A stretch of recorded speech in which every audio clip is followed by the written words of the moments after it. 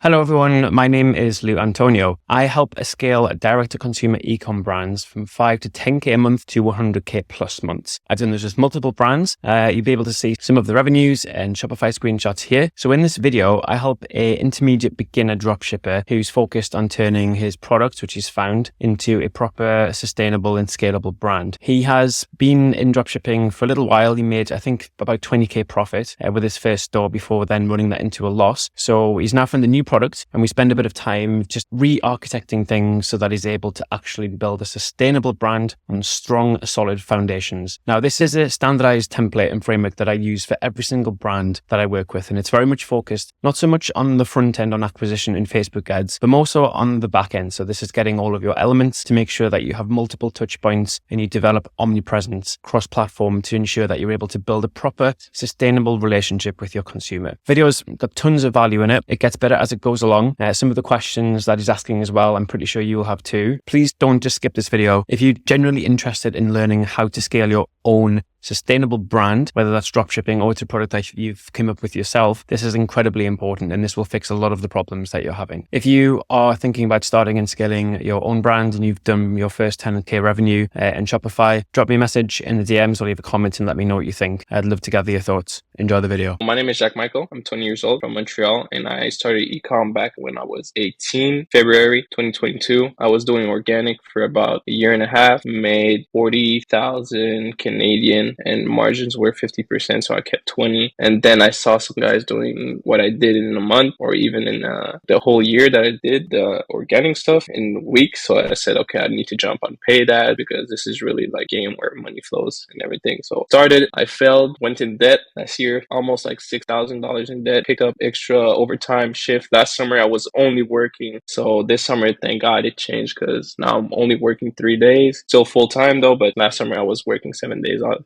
I'm confident enough to say that I'm pretty sure I'll hit a big turnover soon. I love that. And the story is similar to a lot where you can kind of go in with the blinders on and think this is just like a fast track to riches when it's not. Just like most things, if it was easy, it wouldn't be worth it, right? So it's good that you've stuck in, you've knuckled down, you're back in it, you're going again, because most will just quit the second it gets difficult, particularly so if they end up in debt out of it. So it's like, again, testament to your hard work. And this is exactly the qualities that you need to make something like this a success. So I'll try and help you as best I can on the call. So what's your biggest problem or set of problems? I'll write them down and we'll run through them like one by one. So right now my biggest problem would be making creative that resonate with the demographic customer. So basically the ideal avatar. This is currently my biggest problem. I know how to make a store. I know about a bunch of stuff, but really when it comes to media buying, ads, especially making the ads and the script, this is my biggest issue right now. Okay. So what sort of knowledge do you have at the moment? What's the depth of knowledge that you have? Like, so do you have like a framework around the way that you craft creative? Are you ripping it from other people? Are you doing UGC? Are you doing I'm mostly doing UGC. I see what other people do. I don't rip creative. I make my own stuff. I try to come up with my own and mash up the clips, everything, the most I can find on the internet. And basically it works. Sometimes it doesn't. I'm just trying to perfect my craft. That's it. Okay. And assuming you're talking about Facebook ads, right? Yeah, I was doing TikTok, but TikTok has been very inconsistent. Like I've been talking with a bunch of guys, big players in e-com in Miami, and recently it's been very inconsistent. So I stayed off, tried Facebook again. Last time I tried Facebook was like almost a year and a half ago when I just started paid ads. So I'm back on Facebook because it's way more consistent and people have more purchasing power too. Yeah, I understand. And can you talk a little bit about your product? What is it? What does it do? Who are you selling to? So basically it's a skin product, like for skincare. It's a collagen one. It reduces fine lines, wrinkles, and it gives like glass skin. And that's pretty much it. I'm selling it to women who have skin problem, who are looking to have better skin, or are looking for an alternative instead of like creams, like aging creams, or any other option that might cost money or is not like where you have to fill yourself with like fillers or something. So yeah, that's pretty much it. Okay, cool. What do you know about women and women's skin problems, just out of interest? What do I know about women and their skin problems? So basically it depends, because let's say for women that are 40 to 50, they won't have breakouts, right? They're not in their hormonal peak, whereas 20 years old women are. So for women that are 40 to 50, I'd say it's mainly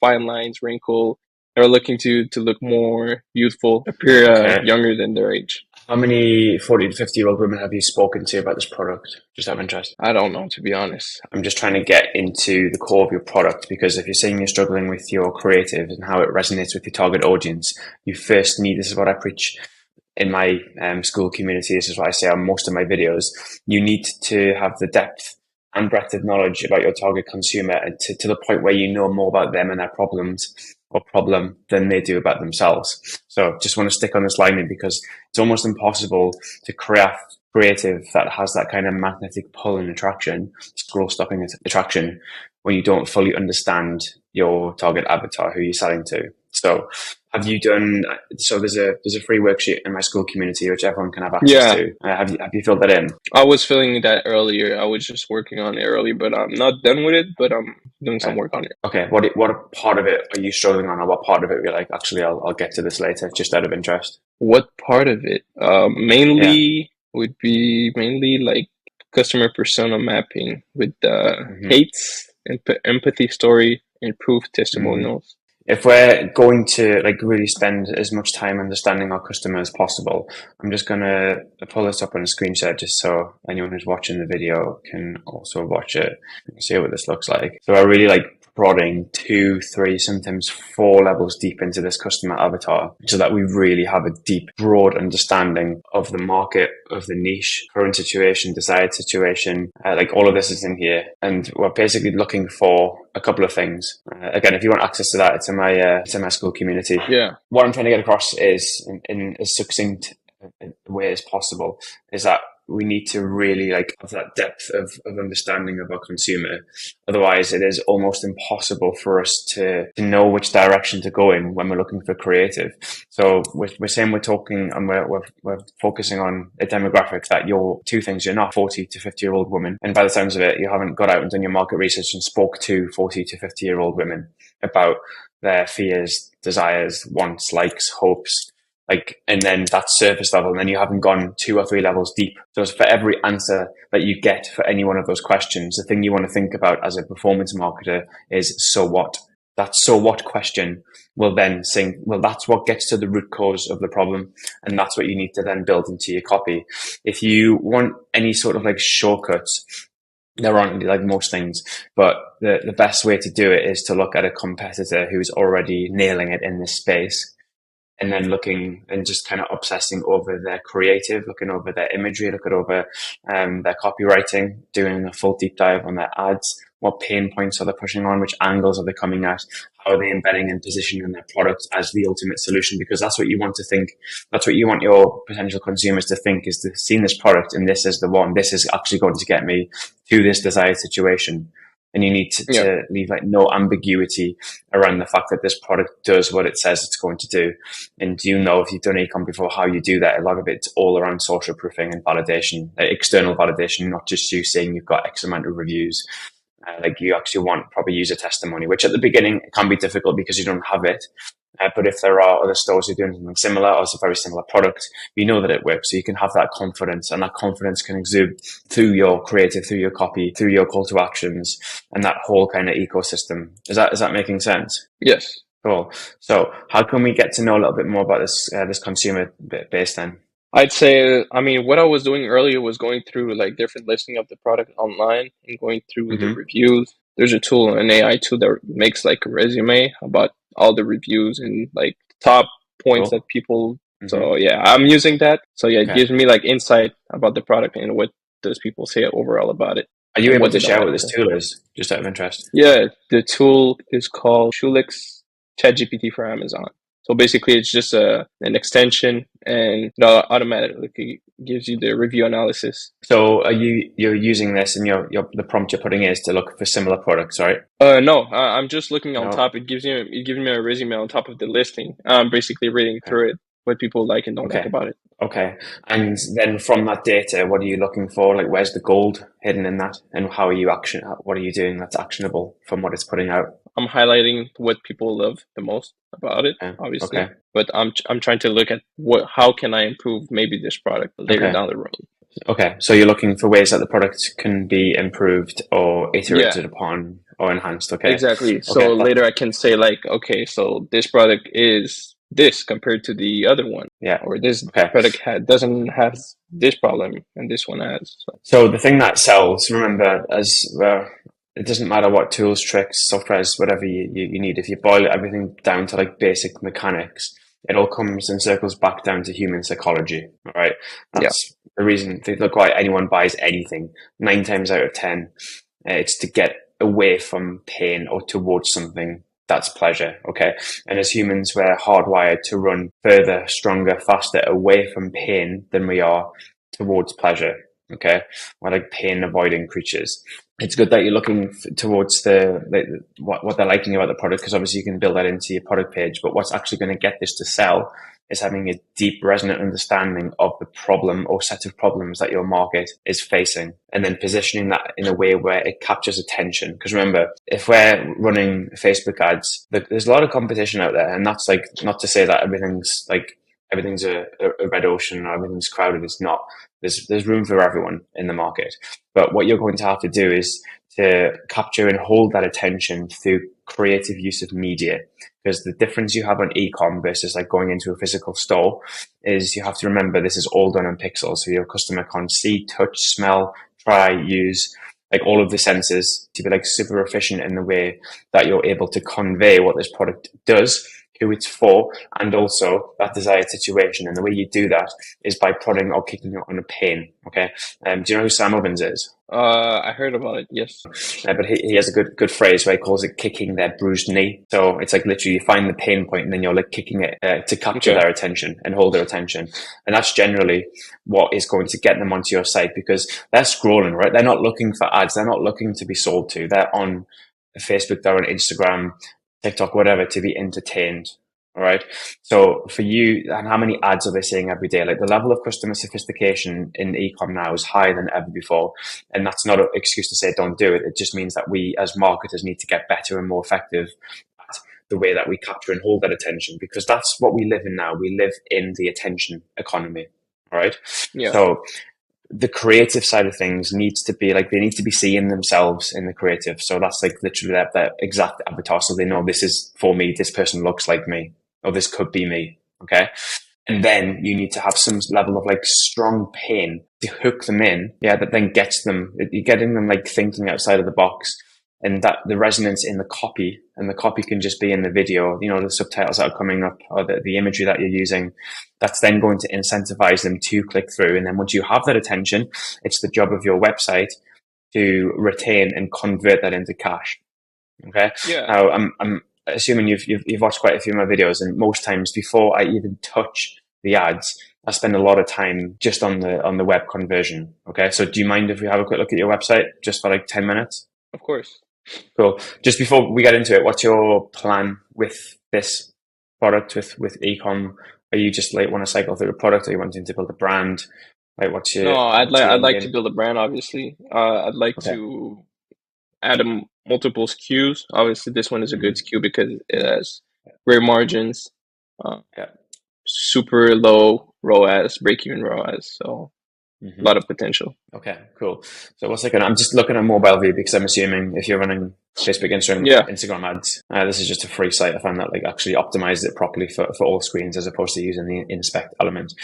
Yeah. So we're assuming no one's going to land on your homepage, so we'll not spend any time on that. Although there's still a lot I could say about this. The thing, and the reason I would do that and say that is because people do their research, and I say this on every call that I do. And normally I charge $1,000 just for this hour on the call, but obviously because I want to give this value back, I don't mind doing it for free so long as we can share all of the knowledge that I'm imparting and all of the kind of tools, tips, tactics, just to give value. People will still go on your homepage and check you out. So you still want to give that perception of authority. And again, like the easiest way to do it is just find a competitor in the niche and almost emulate what they're doing. It's all about the product. If they have like one hero product, which I'm assuming is the case for you, it's just all about that. So it literally, that homepage is just a menu. But from that, they're able to give the perception of size, of scale, which then imparts trust. Is everyone who lands on your site is going to instantly assume that this is a scam. So you need to do everything that's within your power and control to ensure that they don't think that. Okay.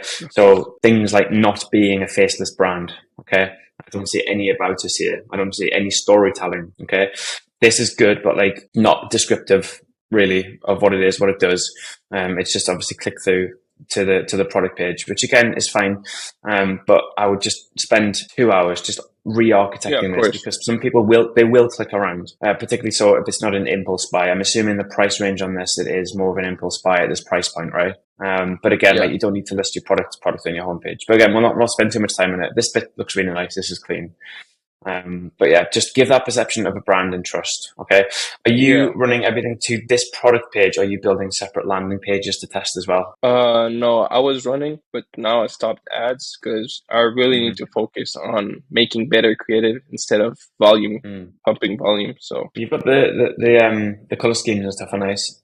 Like everything is syncing up. yeah, it's Let's have congruent. a look. So yeah, I basically tweaked the offer. Before it was only one unit. I figured out that I need to up the AOV if I want to scale and basically have way better margins. And Mm-hmm. under the add to cart, I have a objection handler, so 30-day money back guarantee. Yeah, That's pretty this much is it. working. Okay. The the rest is pretty much speaking for itself. Okay. And is this product something that consumers are aware of? Is this like a popular product, or is it something that's a bit of an anomaly and it's new to the market? To be honest, it has some views on TikTok, but Okay. it's not super known. Okay. So it's still relatively new, yeah, which is good. So blue ocean, which is what we want. So to be fair, it's not I don't have a huge amount of feedback. It's good. It's functional. It's to the point. I would still try and improve your product imagery. Yeah, Just so it's like remove any ambiguity over what this product is and what it does and what it doesn't do and who it's for and who it's not for. Okay. And the best way to do that generally is just through use of video. Okay. Because again, just from the title, I don't really know. But then maybe it's just my lack of knowledge of the industry. I don't know what a collagen wand is or what it does. yeah, So I'm assuming the ad, the creative on the front end is doing that work, right? correct. And this is just positioning the product.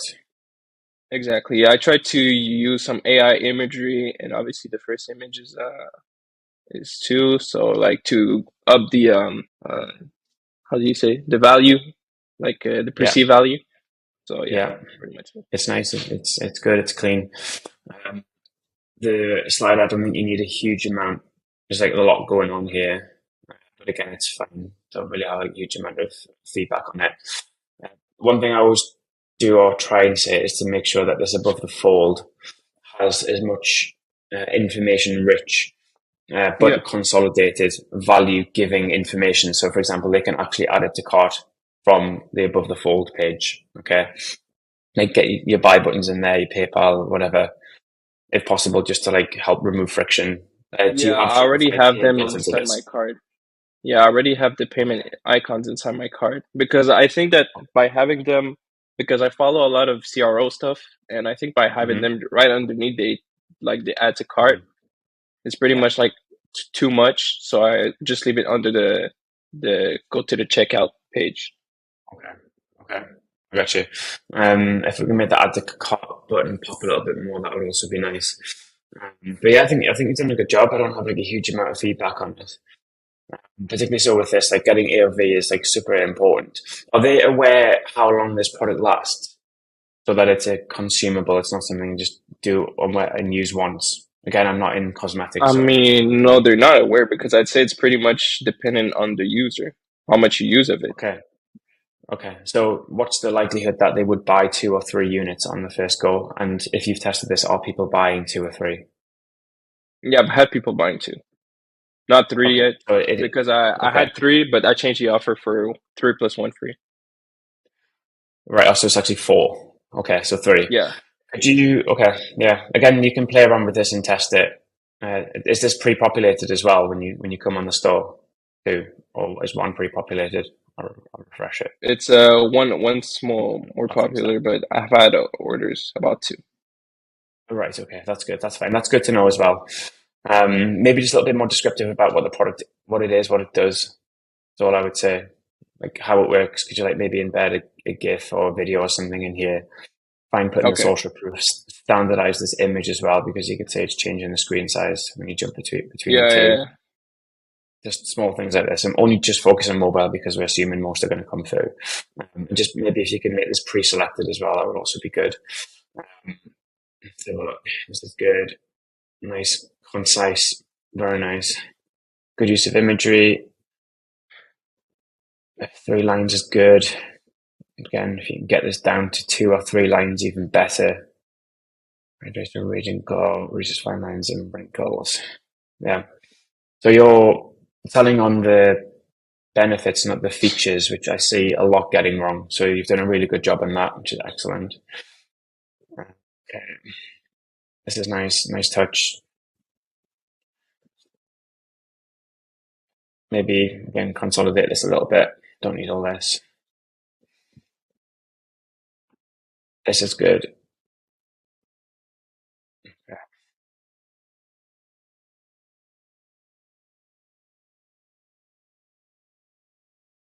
Nice. It's good. You're doing a good job.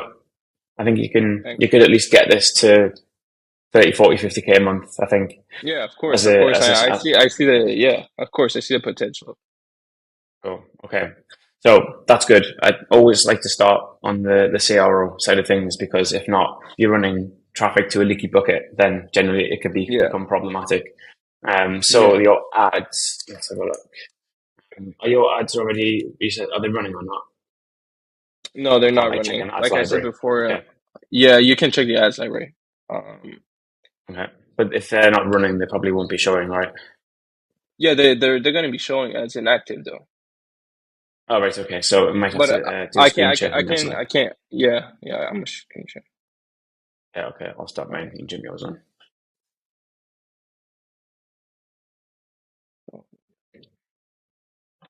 I don't know if we'll hear the sound.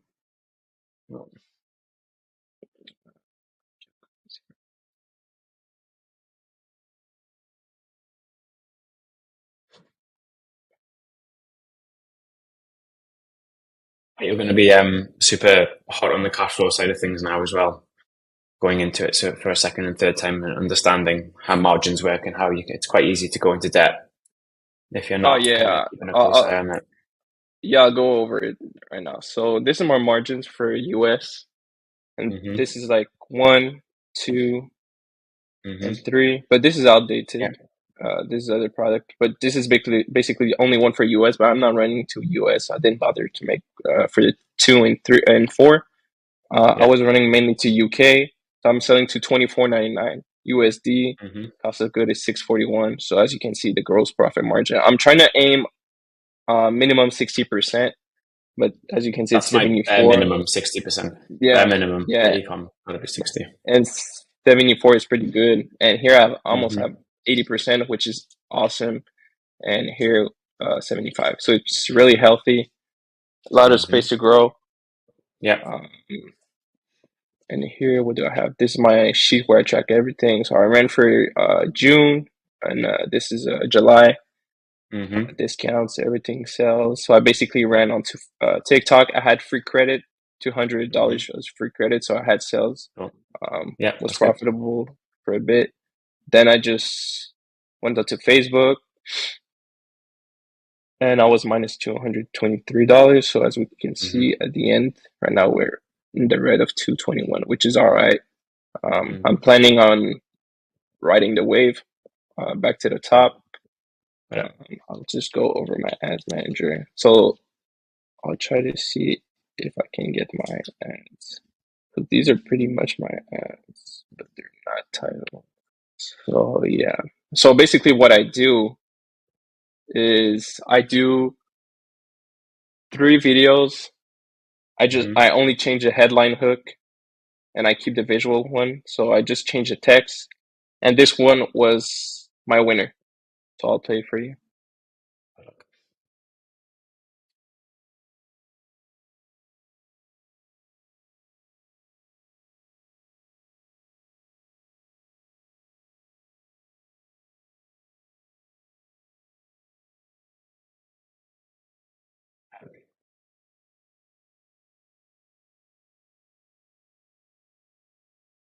How old are the UGC create this year? Pretty young, I'd say between 20 and 30. So maybe a Maybe the mismatch persona, between. yeah. Maybe the persona, you're right. Maybe the persona, the ads Yeah, doesn't resonate. yeah, But yeah. I have this one Again, that's right. too. So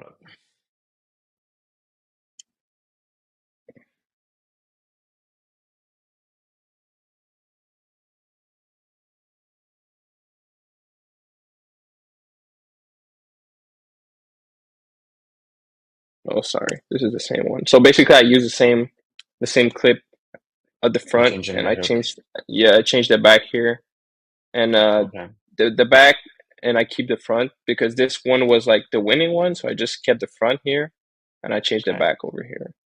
And I okay. have other ones. Basically, I try like this. Hmm.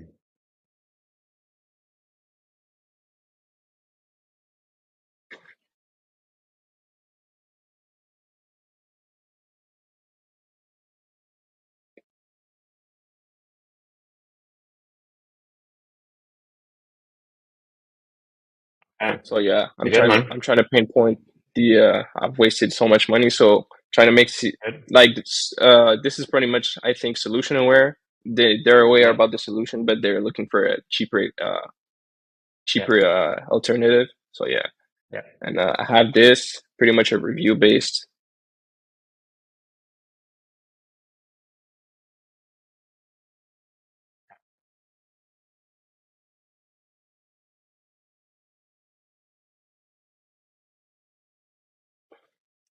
So Can yeah, you also embed some of these images on your website just out of interest? Because it looks really good for like UGC. It's good social proofing.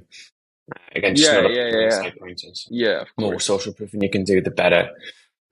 All right, that's good. So this is just like free flow consciousness on what you've showed me. So we've identified there is a mismatch in demographic. Okay, we're saying we're Correct. targeting 40, 50-year-old women, but we're showing 20 to 30-year-old women. Okay, Correct. what do you know about the customers that have bought?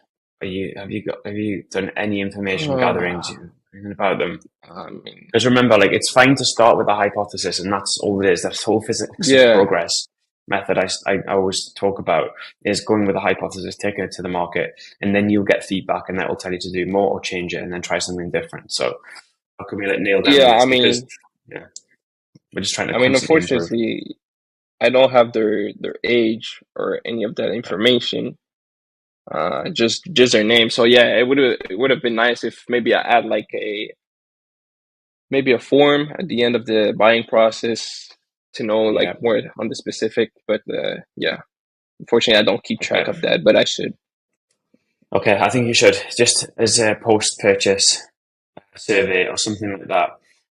Even I don't know if you can incentivize it worst case, but you're going to really it's really important that you do this because if you're marketing to 40, 50 year olds, but 20 to 30 year olds are using it, then you're going to have to reposition everything. Say, for example, that slider you had in your website, where it's basically an older woman. Yeah. Like that's literally talking to that demographic. That's probably not going to resonate with someone in their 20s because they have a different set of problems. Yeah. Yeah, I'm assuming that the older women want to remain and stay youthful and the young women want to attract guys. You know what I mean? And I don't know, glow. I don't really understand the market, but you know what I yeah, mean. The way that we position the product, what it does, and who it's for, they're going to want different things. So there's no way that we can really drill into this demographic. And as I said, to the level, obsessive level, that you know more about them than they know about themselves. That's how you win an ecom. You have to speak to okay, them. You have to speak to that problem. You have to speak to that desired situation as well. Okay. Otherwise, like when we're just finding our way in the dark. So that's why I say yeah, if and when you're getting customers, do things in the beginning that don't scale. And by that, I mean, phone them up, send them an email. Hi, I'm Jack. I'm the founder of X, Y, and Z. You can automate this if you want as well using Klaviyo. You don't physically have to do it. But in the beginning, it's good to get close to them. And then maybe once a hmm, quarter, some sort of information rich, reward based survey, learn more about them, who they are, what they are, where they are, what their problem was, Like I have a whole series on the back end of emails architected so that I can get as close to my customers as possible, because that's the only way we're going to know who is actually using this product. Because we have to start with an idea. We have to start with a hypothesis, a guess, right? Yeah. But then the market will tell us who is this actually resonating with. And I'm maybe assuming at the minute your early sales have been from 20 to 30-year-olds, 35. But there's no way to maybe. objectify it, right? Yeah, Yeah. Okay. You're creative as well. The first two are really good. The second one was more review based, so you could build it into a retargeting campaign, which I'm assuming you're doing already, right? Yeah. So you're heading. No, I them don't have a with retargeting campaign because obviously my pixel doesn't have a lot of data. I don't have a lot of customer Okay. lists. Only 15 orders so far. So Okay. yeah. So as soon as you get that data, I would start doing that, because you want to give the what do you call it, the perception of omnipresence. And then once you have them, they're in your ecosystem. I know you don't have a huge amount of time now in a post iOS 14 world with the first party data, etc. So yeah, get that done as well. So as soon as you get that moving. Understand the level of your consumer sophistication as well. So as you touched on it there, so are they problem aware? Are they product aware? Are they solution aware? And the way to architect your ads is to walk them through that process each time that they hear you or hear of you. So if you can do that, are you running like any social media stuff as well? Just like brand based Instagram, or are you creating any communities? No, not at the moment, but I'm planning on doing so. And as you mentioned, the customer sophistication. Right now, I'm building like ads on different middle of funnel, so problem and solution and product aware, to try to see which one of the sophistication level is the best. So yeah, I'm currently working on that. Okay. A couple of enhancements as well. I've just been taking a few notes on your website. Remember, we're trying to build a brand here. We don't want to do a pump and dump. I understand you probably want to validate the product in the market first, but we know the female cosmetics is huge. All right. It's massive. Of course. So we know it's there. So if you want to build a brand, we need to act as if we are a brand. Okay. So on your website, where's the about us? Tell the story. Okay. Tell a story, tell someone's story. I don't mind. Just make sure that you're not a faceless brand. Okay. You're starting with someone. I don't know. My sister had X, Y, and Z. I came across this product, or she came across this product. It was amazing. It changed her life. So I was like, okay, I want to bring this to everyone. Something like that, which they'll resonate with.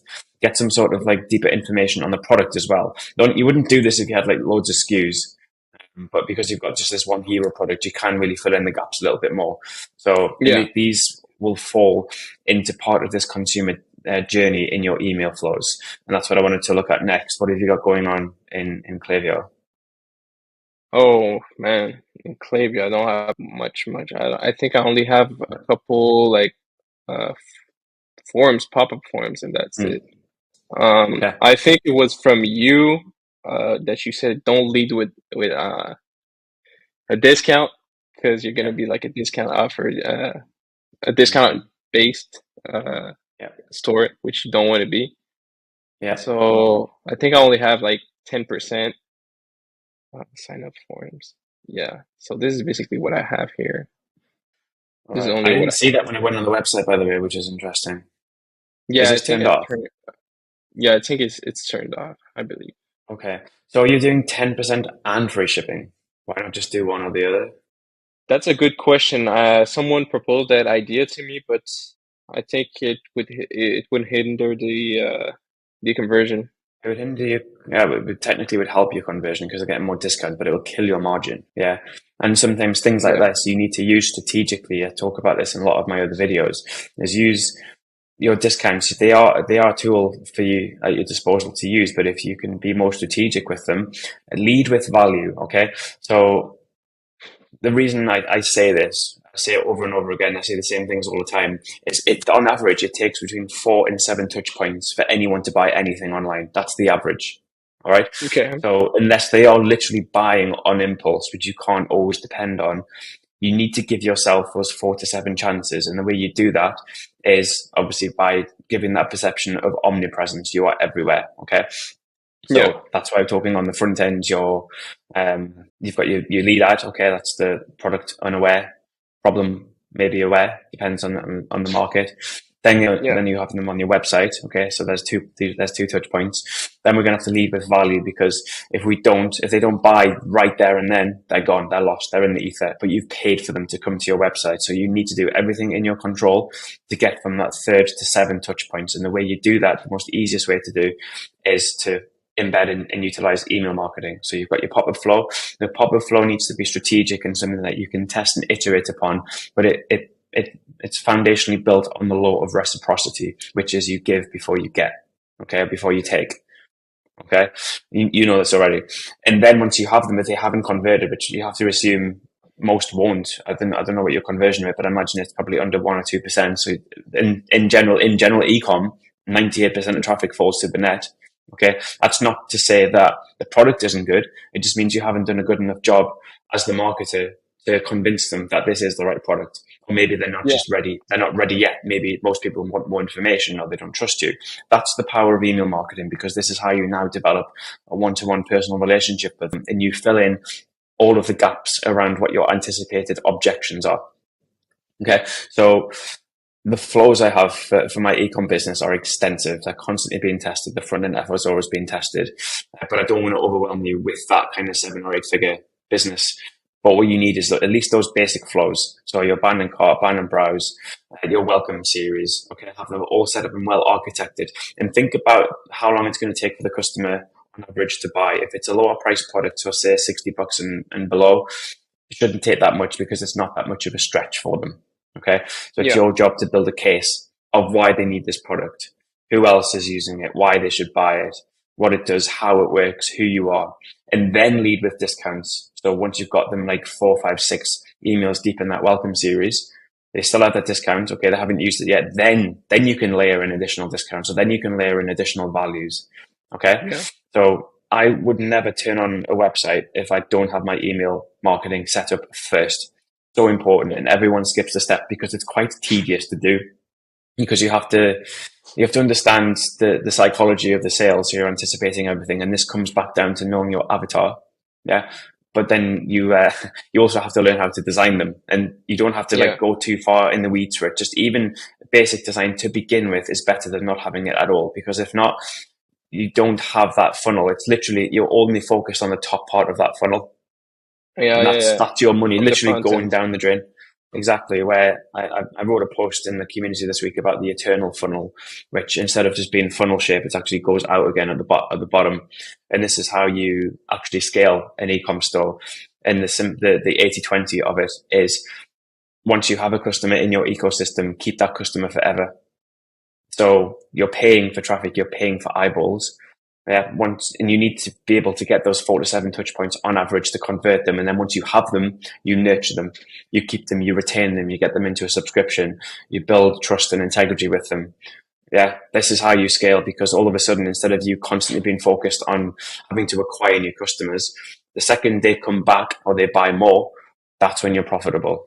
Okay, that's when this thing starts to become a brand. This is when everyone starts telling everyone else about it. Okay, so really, really, really important that you get that set up and spend some time just understanding just the basic flows. Even for now, if it's just the basic front end ones to aid in conversion. Okay, so all of your abandoned series, you have to have that welcome series, and that's not post purchase. That's literally once they've opted in to give you your email. They've given you your email for whatever it is you're offering.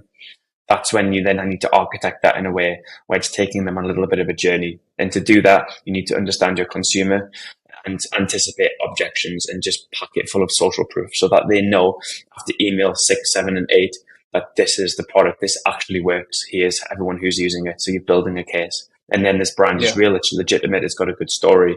That's how you'll get them over the line. And then instead of just being front end focused, now that money that you paid to get them to the website has 5, 6, 7, 8, 9, 10 chances of converting them.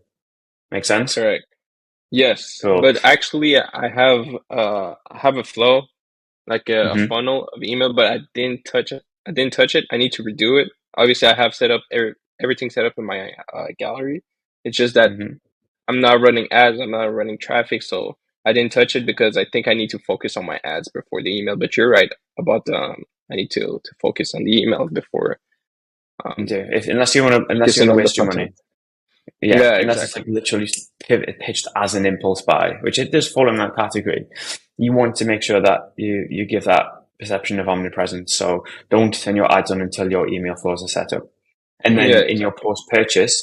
post purchase is equally important because this is where we're going to start to develop a relationship, and this is where we're going to give and take a little bit in terms of getting that and extracting information from them, which feeds straight back into the front end. This is where you're going to incentivize your reviews. You know what I mean? That this is how you actually build a brand over time, and you're not just focused on the top of the funnel side of things. Yeah, Okay. So correct, before you turn your ads on, make sure you have that set up, is what I would say.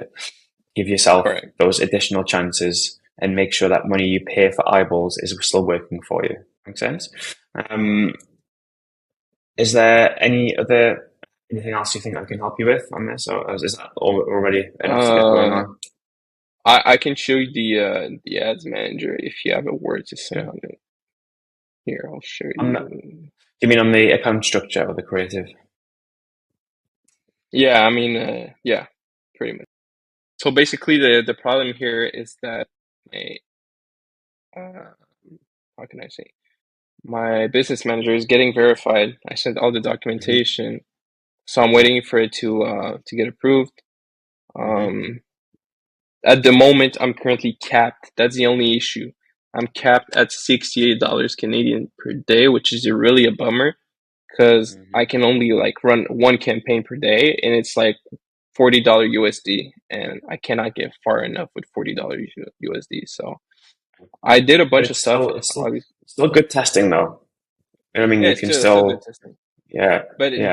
So, like once I reach the $68, like my ads are paused until the next day, mm, so I okay, don't have like much room to do anything until it's okay. fixed. I've been thinking on buying a verified uh, business manager, but I don't know because I heard they get banned and all that, so Mm-hmm. I don't know for the moment. So I'll just Okay. show you when I started. So I'll just say that's 30 days. How long have you run ads for? This is only UK. I tried different countries as you can see, but mainly UK because cost of goods are pretty good. I tried CBOs, DCTs, Mm, Advantage Plus, and yeah. I had the retargeting ready Mm-hmm. in the drafts, ABO created. Yeah. Basically, I was just testing what works the best for the account because every account is different. Mm-hmm. So what I found out is that CBO was working really well, especially this one brought Mm-hmm. most of my sales. So I believe this was the first week I started running ads on Mm-hmm. Facebook, and I had two sales. Basically, I was just testing everything out. Nothing too crazy. Uh, Still running Okay. red. CPC is kind of right, but below $1 would be great. This is the other week. This week I didn't run ads. I had a friend visiting me. I spent a bit more during this week. I'll show you a day to day. So I tried Canada and I tried another UK CBO. So as you can see, it only spent $50 for the day, which is really a Mm-hmm. bummer Mm-hmm. because I'd love to spend at least 100. But you'll get there. And again, remember, it's limiting your testing, but then it's limiting your variables. So it can sometimes be a gift in disguise. It's Yeah, capping. of Yeah. course. So And for this day don't be too it keen was my to best. scale it too fast. Remember, you only want to scale Yeah, of course, winners. Otherwise, it's of easy to course. fall on the red really quickly. Yeah, of course, you're right. That's how I fell in the first place on TikTok. But yeah, so this day was the best day. Spent $24 here. CPC was 1.27, which I believe it's like sub $1 USD. Mm-hmm. So Mm-hmm. grade 5% CTR. Yeah. And was it this day? Oh, sorry, it's this one. So I had four sales, had It's a really good $43 CPA. spent here. So that's a Um, 3.42 ROAS. Yeah, that's a why like did you turn that? six Why did you dollar. turn that off? I didn't turn it up. The next day it was still running. Uh, Didn't get anything. So it's really fluctuating, which I don't know if it's the pixel, the quality, if it's a new like I don't know to be do you honest. what time horizon are you giving these ads? Are you literally watching them like a hawk every day? Yeah, I'm watching them every day, but obviously I don't Yeah, touch them every day. I know Facebook is different than TikTok. You don't day trade mm, your ads. Like you have to give it like a yeah, 4 day window yeah, before doing yeah. anything to them. So yeah, I'm just like, okay, I'm just watching. And I don't mind getting to the red, but at some point obviously you wanna cut your losses because For some sure, things but are you working. okay. Remember, you also have delayed attribution to factor in. So Correct. if you're literally like monitoring on a day and getting obsessed in the day to day, that can also be problematic because sometimes it might take it 2 or 3 days to attribute the sale to it, and then you turn something off and you put that budget on Correct. something else that might not be working. So I normally say like 4 to 7 days per ad, if possible. Give it Correct. time, and you will know obviously because you'll see the sales coming through. It might not map it straight away, but that delayed attribution sometimes when you go back a week later, you find, oh, actually it made me 4 sales. I thought it only made me Yeah. one. So Yeah. you have to marry that up as well. Uh, I understand when you have smaller budgets, it's a lot more difficult, and you can't afford to be too lax. But then you have the other side of things where I used to fall into this trap all of the time, like literally daily watching ads all Yeah. day. It's got to like 8 o'clock at night, no sales. Oh shit, I've spent 50, 60, $100. And then 9, 10 o'clock at night, 4 sales come through. So it's like, Yeah. you know what I mean? If I you get it. reacted on that, which is why sometimes it's good to give it minimum 4 to 7 days, I think, just let things attribute. But you will know by the sales coming through. But it's easy just to kill things before it's even had a chance to do anything and test it properly as well. So again, Yeah. just data-driven decisions wherever possible. But there is no gold standard to doing this, just as there is no gold standard ideal campaign structure. The way I do it is I keep it very simple.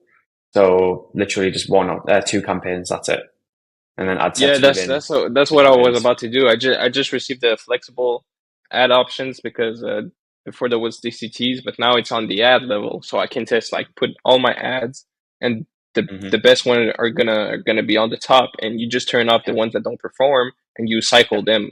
Like you just test yeah, like that, and that's yeah, perfect. So I was yeah. just testing everything on the account, like I said. So I did like, as you can see, I turned off the CBO.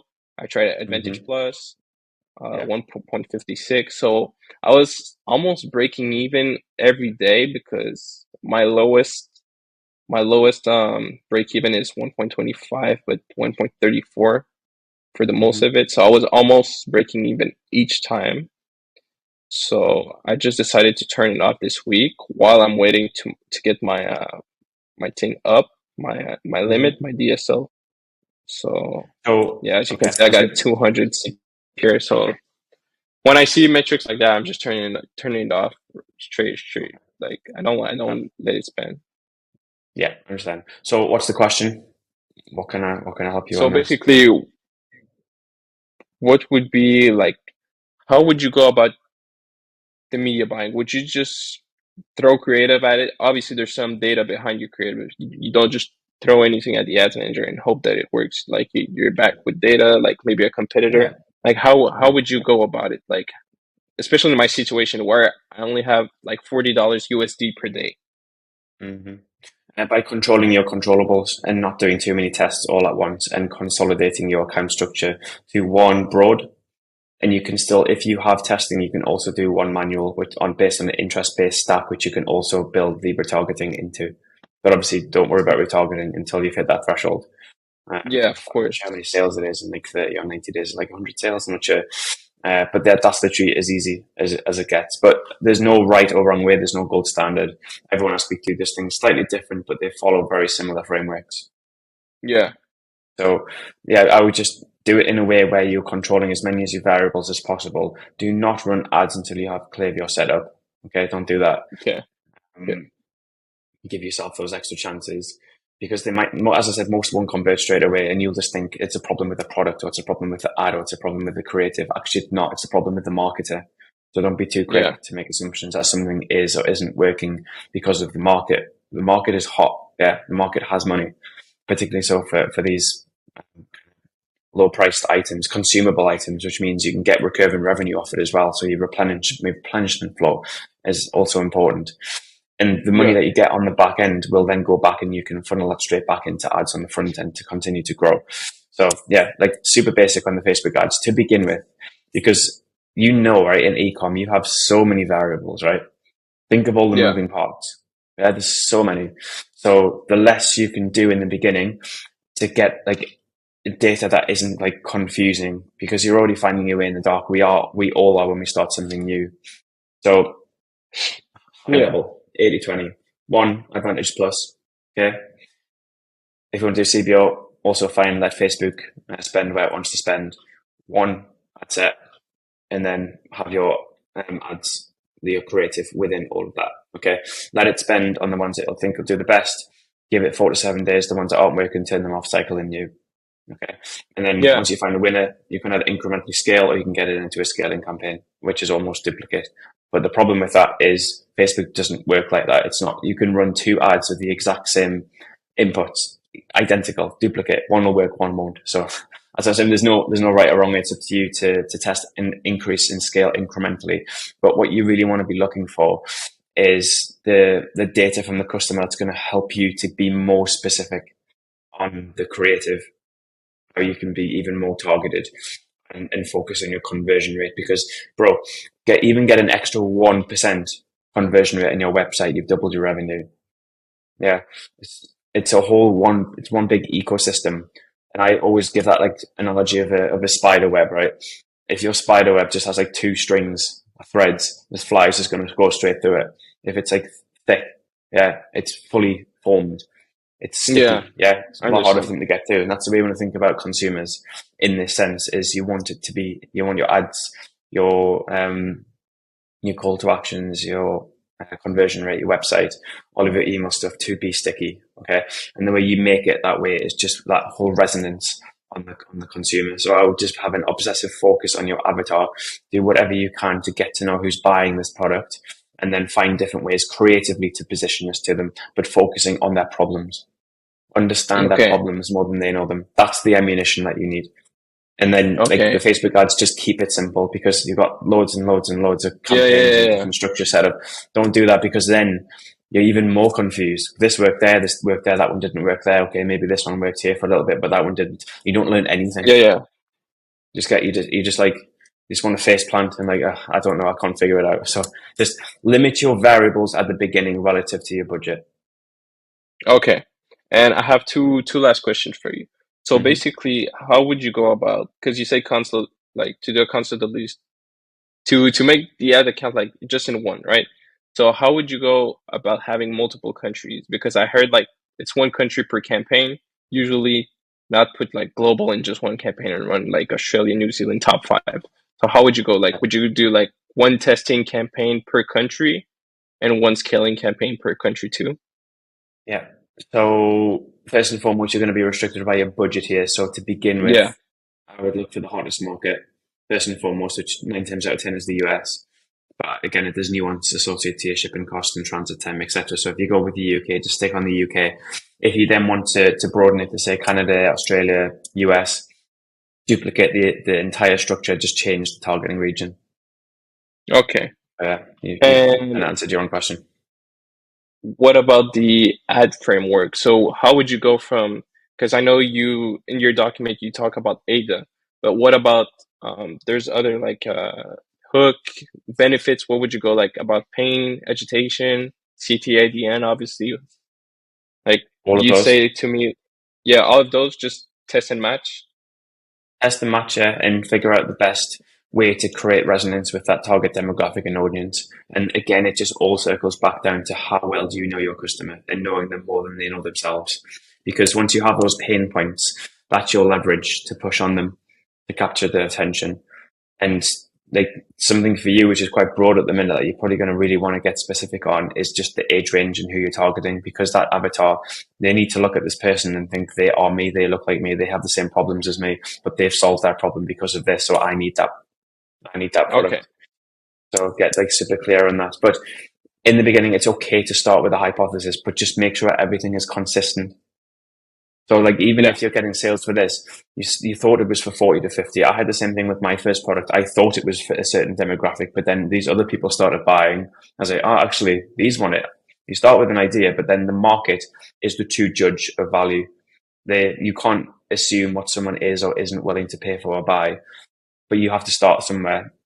So maybe just double down on the creative that you've got. from whoever it was that developed the product. So even just knock it down to like, I don't know, 20 to 35 or something. Okay. And then think about their unique challenges versus those in the 40 to 50. So like, why do they want glowing skin? What's their current skin condition? What happens if I don't use this product? Who else is using this product, and what results did they get, and why is that important? This is what builds in to your hook. This is the whole ADA framework on the attention side of things, grabbing their interest, thinking about their desires. This is how you do it. It always starts and roots with the resonance of your creative, which, to be fair, was the whole purpose of this call, right? Was to get into that and understanding your avatar. Yes. So, all right. That's pretty much it for me. Cool. Has that been useful? Yes, of course. You got a few bullet points to go in and start working on? Yeah, of course. Obviously, I need to know my avatar. I need to make my Klaviyo email list flows, and basically put the ad account into 1 or 2, 3 campaigns. That's it. Yeah. Very excited to see how you get on with this, bro. You've got such a good, solid foundation to build on. Like, you've got experience. I know. You've got tenure in the game now. Yeah. Yeah. And like these, so I've been watching a lot of CRO things on X and everything. I'm just a student of the game. Like, even when I don't test, I build stores for fun just to practice like everything. Bro, you will go far because of that. Even just that one sentence of amazing yourself in the conversion rate world on Twitter and X and that whole money Twitter side of things, you will go far if you stick at it, because you will find that winning combination. It's impossible for you not to if you just stick at it and keep on that testing, but ensuring that even if you're failing forward, so you're still actually making progress. Yeah. And Tom Bilyeu has a good one where if you can reframe or revisit failure as the most information-rich data set on the planet, you don't ever lose. You just learn what not to do. So by default, you know what to do. So actually, you've made massive quantum leaps forward. Exactly. So thanks for having me, man. It's all good, bro. I've appreciated you spending the time, and maybe let's jump on another call, see you've got on in another couple of weeks. But you've got a good product. You've got a really good foundational base.